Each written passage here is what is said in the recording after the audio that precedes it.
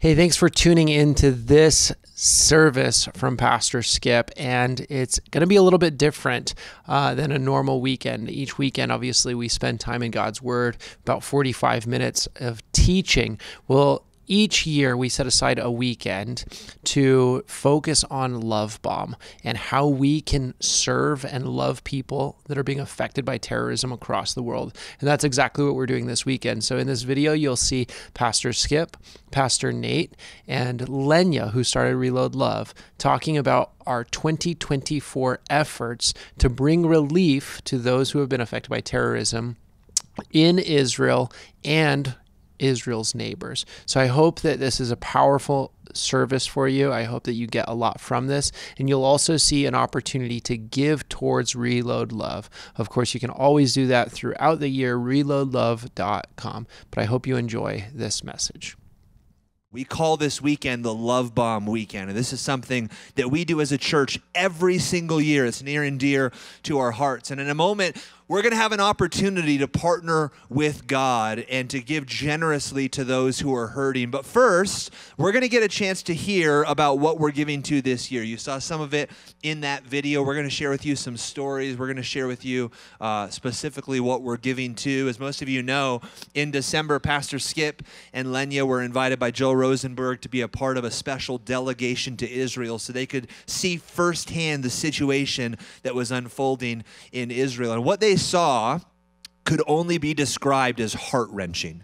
And they've been processing it. They have yet to be able to share what they saw with the entire church because they themselves still were thinking through and processing what it is that they saw. So we're going to get a chance this weekend to finally hear about their trip. So would you please help me welcome Pastor Skip and Lenya Heitzig, a.k.a. Mom and Dad.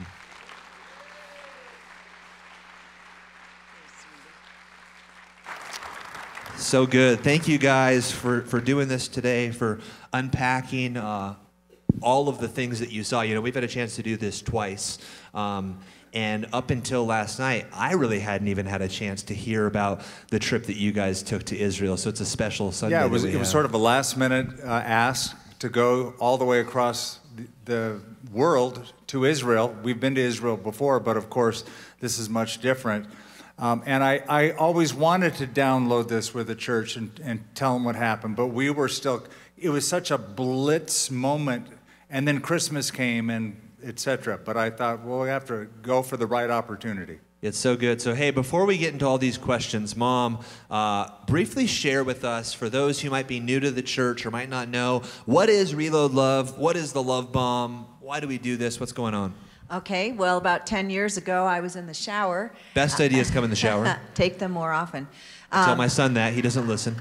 So anyway, and ISIS was blowing through Syria into Iraq, and there was a genocide of Christians. I thought, never in my lifetime would there be a genocide of Christians. And I was just like, Lord, what can we do? I got this idea that I should collect spent bullet casings, make beautiful brass jewelry, as you've seen, and help children impacted by terror. And so 10 years later, we've built over 40 playgrounds in places like Iraq, Syria, Jordan, Pakistan, unbelievable places. God has been so good. Last year, we raised $208,000 to do what? Amazing. To prepare meals, deliver meals to 500,000 children. Come on, in both 500,000.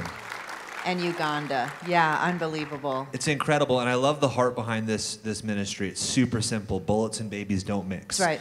Everyone can agree with that, right? Bullets and babies don't mix. We want to turn battlegrounds into playgrounds. That's right. And I love the heart of this, the tip of the spear. People ask, well, why don't you do ministry here, here, here? And your focus is to help kids affected by terrorism. That's and that can be terrorism by an outside force or even at times by their own country. Yes. And that's the focus of Reload Love. And look, last year we helped Ukraine and Russian children, and this year we're helping Palestinian and Jewish children. And all these conflicts, there's always two sides. But whatever side people agree or disagree with, all of us can agree that babies shouldn't get shot. That's right. All of us can agree that children, widows, and orphans, it's so central to the heart of Christ that we care for them and we love them. Amen. And that's what this weekend's all about. Dad, here at Calvary, we have a few opportunities like this every single year to give above and beyond our tithes and offerings. And we, typically are known as a Bible teaching expositional church. So someone coming here is like, an interview, what's going on here?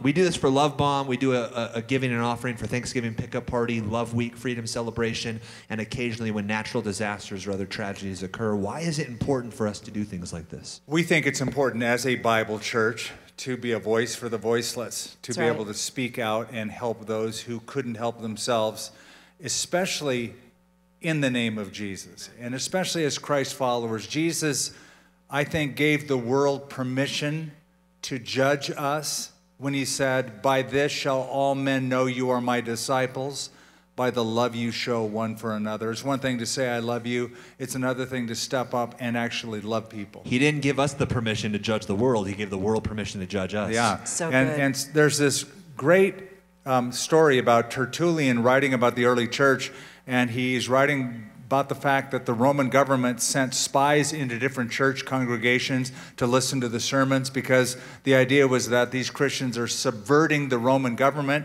and so let's kind of catch them in the act. And this one person who went in wrote back and said, "These Christians are very strange people. They meet together in a room. They talk about a guy named Jesus who isn't even there, but they think he's coming at any moment." And they ended by saying, "But my, how they love him and how they love each other." Come on. And what a testimony that is from the enemies to look inside and say, these people love other people. Well, I think they still think we're weird, and I think they still send spies. But I love that Jesus went even further. He said, don't just love one another. He said, you've heard that it was said, love your neighbor as yourself, but I tell you to love your enemies. So good. And, one of the special things about the Love Bomb is we're not just giving to those who think like us. We're not just helping Christians. We're helping Jewish communities. This year we're helping Palestinian communities. We're helping all those who are hurt by the violence of this atrocity. We've helped Buddhists. We've helped animists. We have helped Muslims. It's wherever children are caught in the crossfire. I think a principle should be there is that when the world, an unbelieving world, sees Christians coming into their city, they should say, finally, they're here. Thank you. I mean, that should be what the world looks at us as, right? Yeah, and in particular with this year, with the Jewish people, we're told in the book of Isaiah, this is to Gentiles, this command goes out. Comfort, yes, comfort my people. Comfort the Jewish people. So we have an opportunity to take the mandate literally and act on it quickly. So good. Well, again, you visited Israel last December, and you've been to Israel 42 times? Now right? I've been there 42 42? times. I've been there 18. You've been there 30-something. a lot. I don't count. A lot of times. And usually when we go for a tour leading a group of people. But this time it was for a different reason. It was during wartime. Why did you visit Israel during wartime? Well, we went because we were invited. So Joel Rosenberg wanted to put together a delegation to show solidarity and love to the Jewish people. So he asked a number of people, but it's a week before Christmas. And when I got the call, I said, does he think he's going to get anybody to go on this thing? I mean, for pastors, it's like the second busiest or first busiest time of the year. But then I thought, I'm ahead on my Christmas message. I think we could do this. So Lenya and I went with Mike Huckabee, Senator Sam Brownback of Kansas, and he was also the governor of that state, Ken Blackwell, who was the former mayor of Cincinnati and ambassador to the United Nations. So he had kind of all these three high-level people, and then us. We've got a picture of some of the delegation there. Throughout the interview, you're going to see different pictures show up that my dad had a chance to take, pictures that we were able to get. Yeah, so we wanted to be there. We wanted to bear witness. We love these people. We know the people of Israel, but we wanted to see what they have gone through. There's lots of disinformation and misinformation in the media about what happened and what is happening. And so we just thought, we want to hear the stories from the families themselves and visit these places. We typically go and we stay in nice hotels in nice places. And in that, you guys are in a hotel in Jerusalem, but that's not why you went, and that's not where you stayed. You went into the thick of it with rocket fire, with bombed out buildings. And what were some of the things that you guys saw and experienced? Well, there's such a thing as the ministry of presence. And I think sometimes when you're present to witness that kind of thing, Well, 1,200 people died on October 7th. The large majority of them were civilians, which breaks all Geneva Convention rules. This was so different. 36 of the people were children, and so it just was a horrific thing that we had heard, and we wanted to see and be able to say to those in the United States what happened, because our media doesn't always tell us the truth. No way. Don't believe it. And there's a robust Palestinian propaganda machine that has taken over our college campuses, frankly.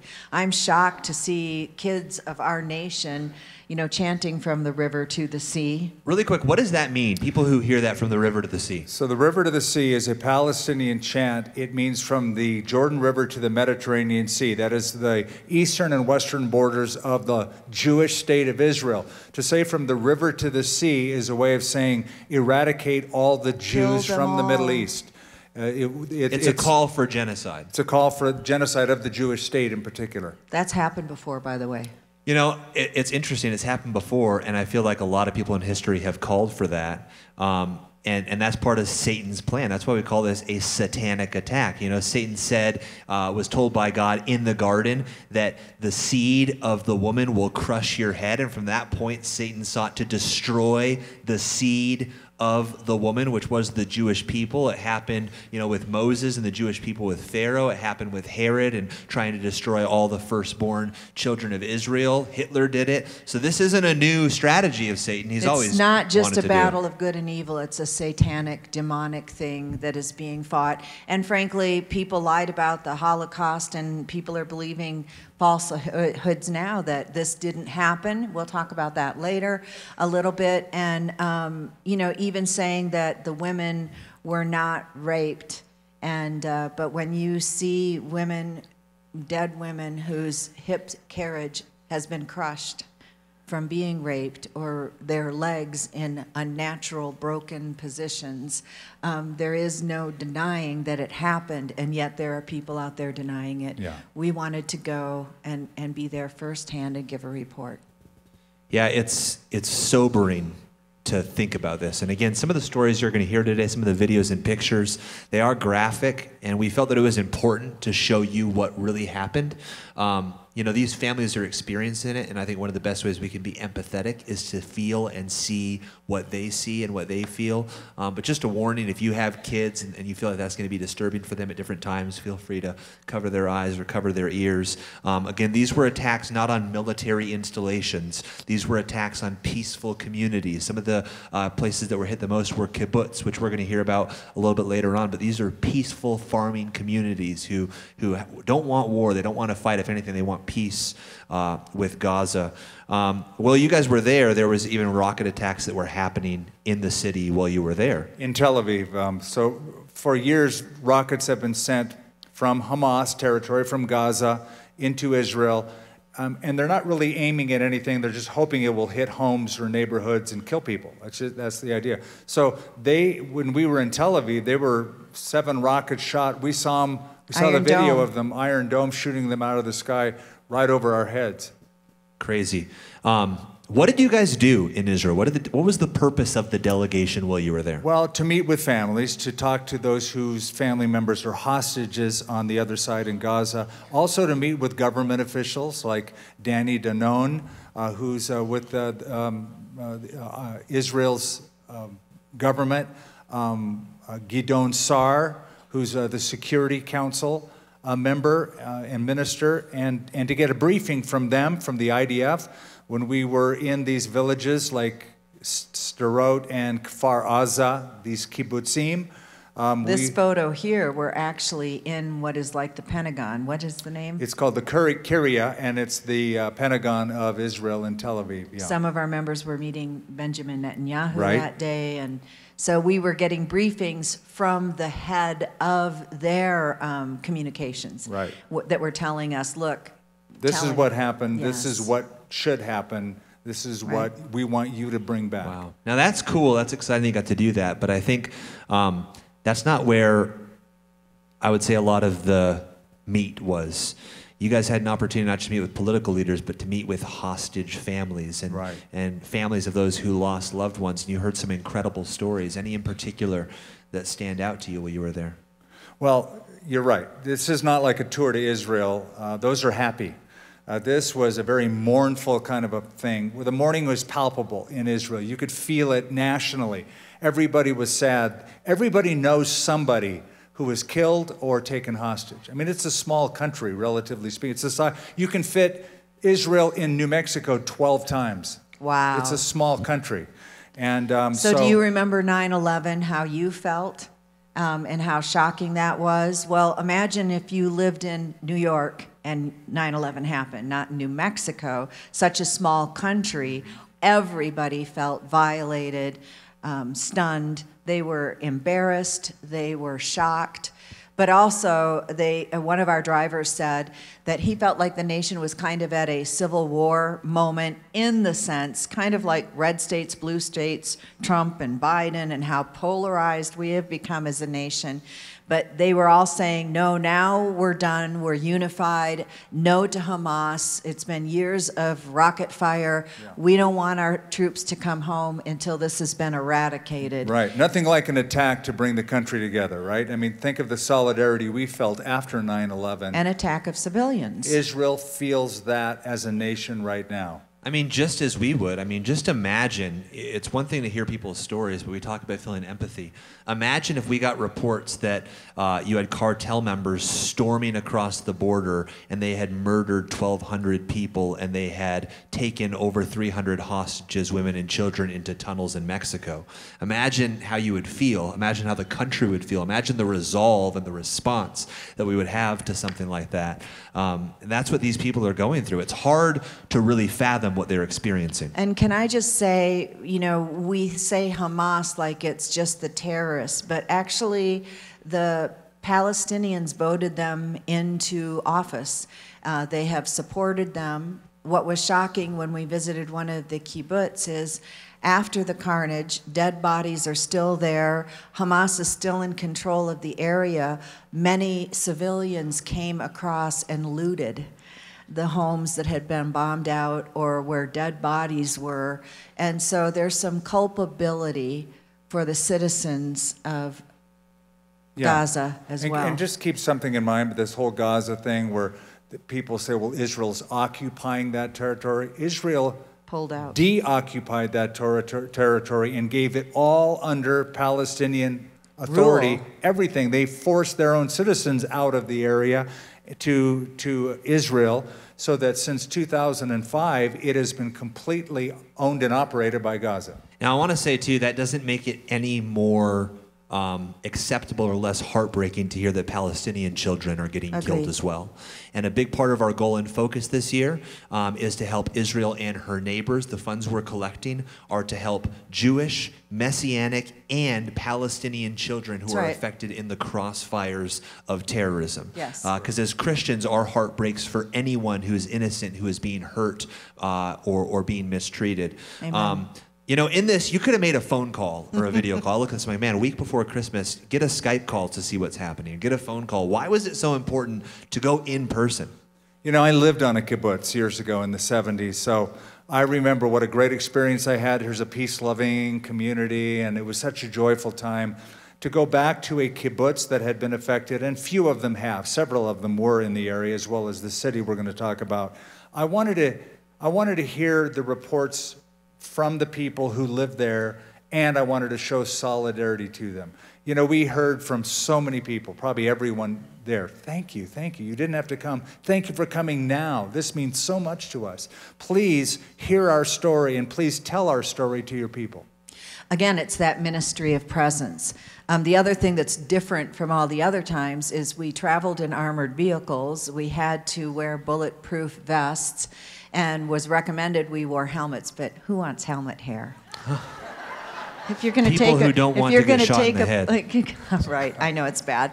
And we were told we're in a war zone. You can see I was helping Mike Huckabee put his vest on. We were all trying to get ready.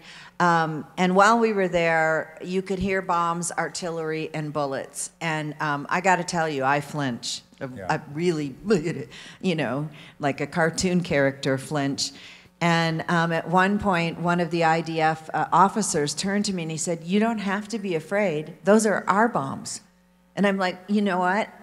I can't tell the difference between our bombs and their bombs. I just know there's bombs going off. It's loud. It's loud. Right. Yeah. And they told us, when we got off the bus, they told us the first thing, you are now in an active war zone. And that's the first statement. Not a Call of Duty war zone, an actual war zone. It's an active war zone. If you hear this siren and this announcement, you have 10 seconds to get to a bomb shelter. And everywhere we went, they pointed out the nearest bomb shelter, of which you have 10 seconds to get to. It makes our problems feel so insignificant, doesn't it? I mean, when you're having to distinguish good bombs from bad bombs, when you're having to live on a daily basis 15 seconds to get to a bomb shelter, when you're hearing about these things that they're experiencing, I'm mad when the line's too long at Starbucks to get my Americano. Well, you shouldn't be at Starbucks. You should be at Sopo. Sopo. Fair point. But it makes our problems feel insignificant, doesn't it? Yeah. Doesn't it make the things that we as Americans complain about feel almost trite and trivial when you experience what other people are going through? You guys had a chance. One of the first places you visited was the Kfar Aza kibbutz. And again, a little clarity. My dad lived on a kibbutz. Kibbutz are peaceful farming communities. These almost are people like hippies who kind of just want to be left alone. They've left the city. They've started a little commune of their friends and family. Yeah. They farm. They love each other. They're very peaceful people. They don't want war. You're going to share hopefully some of the stories about how peaceful they are in their heart, even for Gaza. But a lot of horrific things happen there. Some that the media has covered, some that they've downplayed, some that they haven't talked about at all. Can you tell us what you guys saw and learned there? Yeah, one of the places we went to, and we have footage of that, is at a kibbutz, this community called Kfar, which means the town of, Kfar Aza, the town of Aza, a little village of Aza. And it's about 3 kilometers from the border with Gaza, the Gaza Strip. Only about 800 people. Yeah, and on that day, October 7th, 62 people in Kfar Aza were killed by terrorists, and 19 of them were taken hostage across the border. 1/5 of the entire village. So the attack happened from the west side, where the Gaza border is, and on the west side of the kibbutz, we were taken to this little row of houses where young families had moved. They're raising young children. So the first flank of attack was against these young families with their young children. The head of that area, kind of like the mayor of that, his name was Ophir Libstein, and he came, they had an armory. You know, Israel used to have guns out all the time, and on the way to protect the kibbutz, he was killed. And his mother-in-law was being cared for, by a senior caregiver. They both died. And they didn't find his son for a while, Nitzan, but he also was killed. It was post-apocalyptic, wasn't it? He was killed in this house. Yeah, he was killed holding a safe room door closed to protect people. Yeah. And then his cousin, Netta Libstein, heard that his father, mother-in-law, or grandma, so he had a fiancée. He ran to those row of houses for young people. They threw a grenade in. He picked up and threw it out. They sent a second grenade. He picked it up and threw it out. Third time, he didn't have time, so he threw himself on the grenade to protect his fiancée. And she had bought her wedding dress. They were having plans for the future. She has survived, and she's trying to live well in honor of him. That day, it was Shabbat, like our Sunday, and it was a special Shabbat, Sukkot. Yeah. And that's kind of like Thanksgiving. Simchat Torah was the name of the festival of that day. Yeah, and so that day they were going to have a kite festival, the young people who are like peaceniks. I mean, overalls, Birkenstocks, and peace signs. No, I don't know if that's what they wore. But they were going to put kites in the air and release them to go into Gaza with notes of peace and love and brotherhood and wanting to get along. And these are the people that died on that day. These stories are just, these are just snippets of stories. And the reality is we talk a lot about at Calvary, we're all about the numbers, because behind each statistic is a story. Behind each number is a name. Behind each hand is a heart. And every one of those 1,200 people who died has a story like those two that you just heard, heart-wrenching, tragic, heroic stories. And again, I just put myself in this situation. Imagine if you were in that situation. Imagine if someone came into your home and killed your kids, your grandkids, your wife, your brother, your sister. If you had to make a decision to jump on a grenade to save your fiance. Imagine having to make those decisions in that scenario. I think it's important for us to hear the stories, again, because it makes us empathetic and it makes us realize, I can't imagine what that would be like if it was me. One of the Israeli press people that were coming with us, he showed me where the people who cleared the bodies had written on the homes, two bodies were found on the couch. This salon was covered with body parts, which would have been the one from the bomb.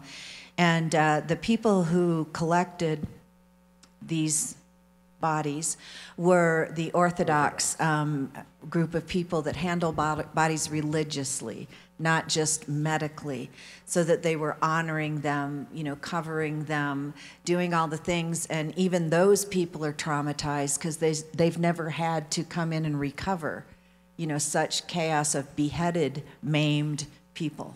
Right. This was not a military fight. This was an attack by a militant group in Hamas to citizenry unsuspected in Israel. Your next stop was a town called Sderot, which we have little stickers that were on your seat. I think we might have ran out of them, so you might not have gotten one. But it says, I love Sderot. It's one of the cities that we're focusing the love bomb on this year. It's a city comprised mostly of Russian and Ukrainian refugees who have come into Israel, right. who have Jewish They're ancestry. very poor. And this city is no stranger to warfare. This was just another one of many terrorist attacks they experience on a daily basis. It's known as the bomb shelter capital of the world. Children there have been experiencing PTSD because of ongoing rocket attacks that come from Palestine for years. What is life like for these children now after this? Yeah, you'd think, who would live in a town called the bomb capital or bomb shelter capital of the world? Well, it didn't start out that way. It was settled like in the 50s after Israel came into the land. It was a very peaceful farm community down south. There were no problems, there was no incursion, there were no attacks. But after the Israelis gave Gaza to the Palestinians in 2005, that's when the trouble began. Since then, in the last 20 plus years, over 6,000 Qassam rockets have been fired in, manufactured in Gaza, sent over to Sderot.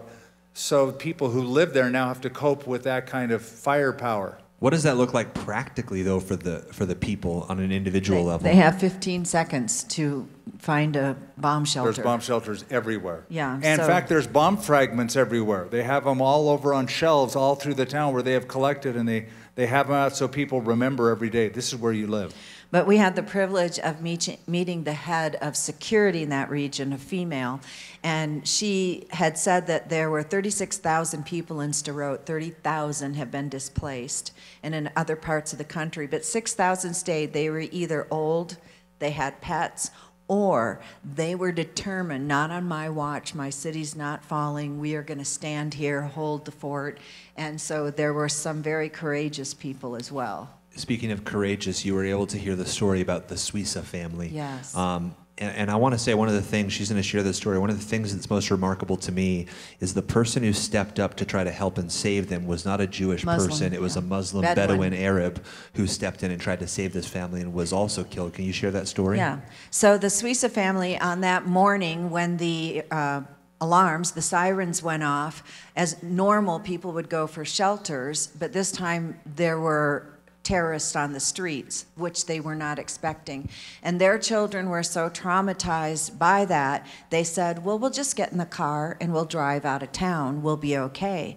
So we see this footage of the roundabout in central Sderot, and you hear the things, and then there's these trucks souped up with guns and things, and you see that come through the roundabout, and then you see the Suissa's car. You're thinking, who would bring a car out? But they weren't expecting people on the street. And then they see Hamas. For whatever reason, they stop the car. The mom grabs one daughter, the mother grabs the other, and they run in opposite directions. And the dad went toward the roundabout, and Hamas came and shot the dad, and you can see the little girl on the street crying. That's when this Bedouin comes, helps her to the car. The mom comes back to the car. And where would you go if this was happening? You'd drive to the police station. You know where you could be safe. But they didn't know the police station had been taken over by Hamas. So when the family, well, the mother and the two girls and the helper get to the police station, Hamas is there and kills the driver and the mother. The girls were laying on the floor under the seats in the back. And so we have footage that's graphic, but it kind of shows what happened. Yeah, it picks up the tail end of this. Again, it's graphic, it's heart-wrenching, so if you need to close your eyes or cover your kids' eyes, feel free to do so. But for those of you that can, I encourage you to watch, because I think it's important for us to see firsthand what happened. Let's take a look.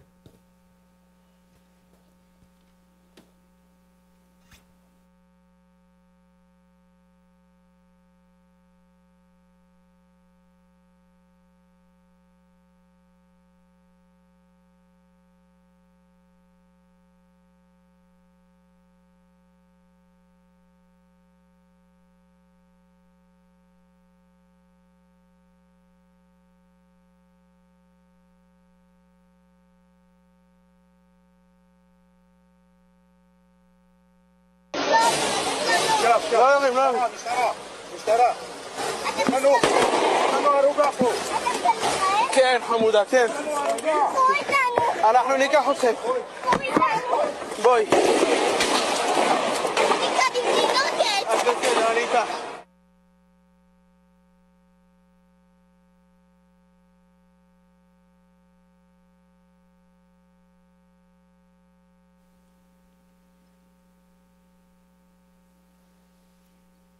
Again, heart-wrenching, unfathomable. These are things we only think we should see in movies or in fiction, and yet it's real life. Again, I just go to, imagine if those were my babies, your grandbabies who had to experience that and live with that trauma for the rest of their life. Mayor Alon Davidi says that Sderot can be rebuilt. He believes that it can become a symbol of recovery and hope, which is such faith to have in the midst of this tragedy. What do children in Sderot need to feel safe and to flourish as they try to return and rebuild? You know, go ahead. At Reload Love, we say there's a can that they need to have, like a safe place, someplace they can be comforted and safe, acknowledge that you aren't bad people, bad things happen, and is normalcy, that you bring them to normalcy as quickly as possible with a playground, with crayons, with Legos, with those kind of things. And I think they're super, super stressed. Did you have statistics about? Well, the kids in Sderot, they're 3 to 4 times more stressed out with anxiety, sleep disorder, post-traumatic stress syndrome than other kids in other parts of that region. I mean, that's a bad enough region anyway, but which would be higher than everywhere else probably in the world, especially in the West. But to have 3 to 4 times more of that in the city of Sderot, this is why we want to help. The mayor, Alon Davidi, was an amazing man. So yes. He was the mayor of Sderot, tried to quit, stayed there. They invited him to be a member of the Israeli Knesset, the parliament. He denied it so that he could stay as the mayor of this city. Thank God he did. Don't you wish our politicians carried that mentality? To live in that city, Nate, it's unbelievable. One guy who lives there said it's like Russian roulette. You know one day a bomb is going to hit your house. You just don't know when. And so that's how they're living. What do they need? They need counseling. We met some of the counselors, some of the evangelical Christian Jewish counselors. It's hard to be a Christian in Israel. Ooh, it's very difficult, and it's difficult to listen to that kind of trauma day in and day out endlessly. and counsel. The first 45 days, a kid needs sort of intensive counseling if they've seen and been exposed to that. I was noticing, because I've seen that video now, when they pick up the little girl who's 2, you just see her legs dangling. She had to be in complete and utter shock. That didn't see mobility. There is a pastor, Pastor Michael Biener and his wife Dina, that are Messianic Jews that live in that area and want to build a community, but they are persecuted by the Orthodox Jews. And by the Muslims. They're on both sides. Yeah, that's true. And so they try and kick them out of buildings and, use laws against them. But this couple want to have a robust expression of the love of Jesus Christ. And if we can provide things for them to funnel to the community, then you can leave the fragrance of Christ in the hearts and minds and lives of the Jews to realize that Christians love them and want to help them. Come on, that's why we do this. We do it in the name of Jesus Christ, because if we go with care and aid humanitarian but don't tell them about Jesus, the ultimate solution to their spiritual problems, then what is it worth? And so everything we do in the name of Jesus. Dad, you also visited Hostage Square in Tel Aviv, which is a very sobering place to be. Some of the women and children who were taken hostage have been released, but many have not. How can the church support Israel as they deal with heartbreak and trauma? How do we honor the lost and the missing? And explain this photo to us. So first of all, this photo is at Hostage Square, and then I'll explain Hostage Square. So at Passover, there's one chair. Typically, the family will leave vacant in case Elijah shows up, right? That's the thing, that Elijah will come before the day of the Lord. So there's a chair for Elijah. Here is empty chairs with the pictures of the hostages, one at each chair, to celebrate their missing at our meals. I want you to, look at the size of that table, but notice it's not just chairs, it's high chairs, and it's bibs. Again, it's unfathomable. Imagine your baby being taken from you and held hostage. The life that relies on you for sustenance, for provision, being taken from you, and that's what they're experiencing. So on October 7th, 1,200 people were killed, most of them civilians. 33 were children. It's the worst loss of life in a single day since the Holocaust. And Hostage Square is a place in Tel Aviv where families can gather together, sing songs, share stories, get comfort. I bought this T-shirt there, which means... Yeah, you speak Hebrew, we don't. What does it say? It means bring them home now. Yeah. Bring them home now. We have dog tags as well. You can get dog tags online, I think. Yeah, probably you could get this T-shirt online. But I wore this on a Wednesday night, and I should have explained it. I didn't. But that's what it means. Bring them home now. It's about the hostages. So we met with several families in and around there who still have family members in Families Gaza. can come to commiserate with each other, tell the stories of their families. It helps them to cope. And you met some of them. Yes. What did they say to you, and what did they want to say to us? They wanted to tell the story of their families, and they want us to tell the stories to you. That's the most important thing to them. 4 months ago is when this happened. I dare say you woke up this morning and you weren't thinking about the hostages in Gaza. And we can't forget. So we met Daphna Sala, and she told us that on that day, 12 of her family members were either kidnapped or killed, which is staggering. She's this one in the white shirt, With putting her hand on her mouth. Yes, and since then, 8 of the family members, women and children, have come home, but that means she still has lost 4 members. And behind her with the white beard is Danny Moran. He lost his son that day, Omri, and he said that Omri was taken in front of his wife and daughters. And that after that day, he said, I've lost my son, I've lost my grandkids, I've lost my wife, everyone in my family is gone. I'm left.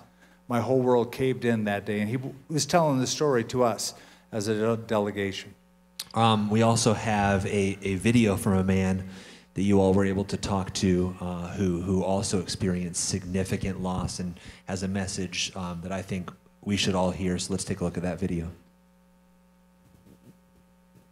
I just want to add perhaps a request, if I may, from you as leaders of communities, to continue share these stories, to continue advocate for the hostages every day with your community members, and most importantly, advocate against the hate that Israelis and Jews are experiencing since October 7th, that there is denialism of this event, denialism that Omri exists and is a hostage in the Gaza Strip. I experienced it firsthand in New York, where people denied the atrocities of October 7th. And sadly, it happens at times in Christian communities as well. And so it's important to keep talking to Christian leaders in the US to amplify these stories so people will not forget, so people will not deny. So before this video, here's a guy who was in New York and experienced firsthand persecution because he was Jewish in our country, in New York City. Because he's Jewish, there's a lot of Jews in New York. Because he's Jewish in New York, he was persecuted, and that's what he was making reference of. But before him, there was a husband and wife couple standing there, and they have a son named Omer. And Omer was taken as a hostage that day. That's the couple. So she was saying, my son was taken, and they're wearing a T-shirt with Omer's name on it. And she said, Omer has asthma, and he didn't have his inhaler when he was taken. She said, I also have asthma. I wake up every day, grab my inhaler, and I think of my son probably in a tunnel without good air, without his inhaler, and I wonder, is he dead? Is he alive? Will he ever come home? That's what she has to live with every day. And recently they heard that 32 more hostages are dead in Gaza. Their bodies are there. Don't know who Don't know if he's one of them. All those families, when they hear about more bodies being discovered, imagine how they wait on bated breath. Are they mine? Is it my kids? Is it my grandkids? Is it my wife? Is it my father? Waiting with bated breath to hear the news. But again, this weekend isn't just about hearing stories. This weekend is about giving aid to help those who have lived through those stories. This weekend is about stepping in as the hands and feet of Jesus Christ and saying, on our watch, we're not going to tolerate this happening. We're going to run to where the bullets are. We're going to rescue those babies. We're going to do what we can to be the salve of Jesus Christ upon their souls. Our goal this weekend was to raise $200,000 to meet some of these needs, and just a very small amount. We're already at over $150,000 after two services. So give God a shout of praise. The reality is that the more we get, the more we can do. Mom, can you share with us really quick how Reload Love can help the children who are caught in the crossfire? And the reality is, we said before, that innocent children are being hurt and affected on both sides of this. And while politically and philosophically, Calvary Church stands firmly with Israel, as Christians, we stand and care for innocent people being hurt on both sides. So where will the funds raised this year go, and how will they help? Relief supplies are in high demand for displaced families. Just getting supplies to this displaced 30,000 from Sderot and hotels in Eilat and Jerusalem, and bringing them school supplies, bringing them the things that they need because they left with nothing. Supplies continued as the families resettle, getting them back in their homes, and the children are terrified to go home.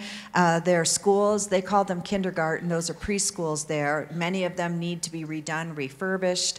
We want to partner with a group that is building a community center that is a bomb shelter as well, but it will seat 900 people in theater style. They want to dedicate one of the rooms for children to Reload Love. Also, in the border of Egypt and Israel, there's a gate called Rafah Gate. It's the only gate open for supplies to get into Palestine. There's a pastor in Egypt who his wife and children were in Gaza when this happened. She is Palestinian. He watched at the gate for her to come out, and so they have set up a tent there, and we're providing for them that as people come out of Gaza, the only people that can have to have dual documents, that they have to be citizens of Palestine and Egypt, or Palestine and Lebanon. When they come out, these people are there to greet them in the name of Jesus and give them supplies and encouragement as they're coming out of Gaza. Anything you want to add as we close, Dan? No, except to say thank you, and see this as a holy moment, a worship moment, instead of leaving right away. We're going to close with a song after we receive the offering, and stand together.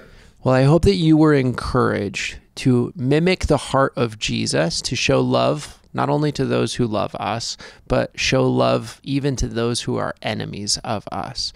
And so if this was an impactful service for you to watch, we'd love to hear your story. Even if it's a story of several services ago or what God's doing in your life, we'd love to hear that. You can just email us at mystory@calvaryabq.org. And as always, if you want to support the work here at Calvary, you can give online. You can click give in the top right corner of our website, calvarynm.church. Have a wonderful week. God bless.